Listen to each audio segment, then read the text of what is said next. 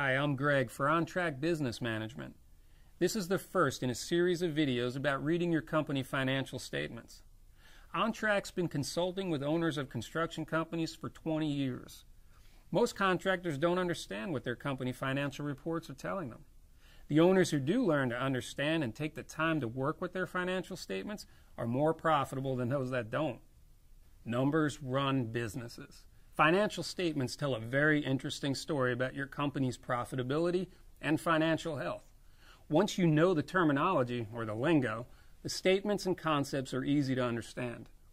They can validate your gut feeling on how the business is doing financially.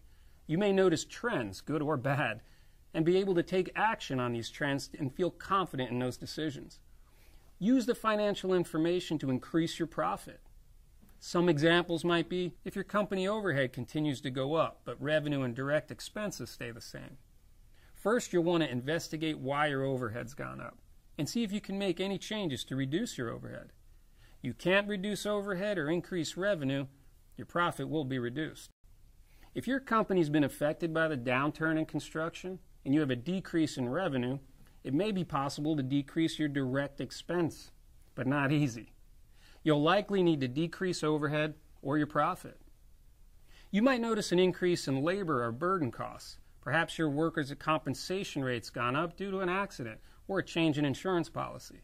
If this happens in the middle of a project that you can't renegotiate your contract, you might start looking for ways to decrease your direct expenses or job costs. You may be able to decrease overhead rather than profit. Use your updated labor burden when estimating and bidding future jobs. Naturally, it's best to anticipate an increase in labor costs before bidding the job. What statements should construction businesses and owners review, and how often? Not all companies will need to look at the same reports. You should review statements weekly. You could look at your cash that you have in the bank or job cost summaries. Also monthly.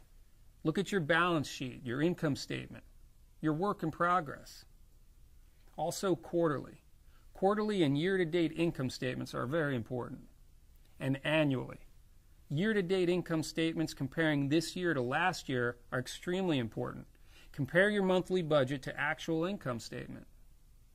In the next video, we'll talk about choosing the right chart of accounts.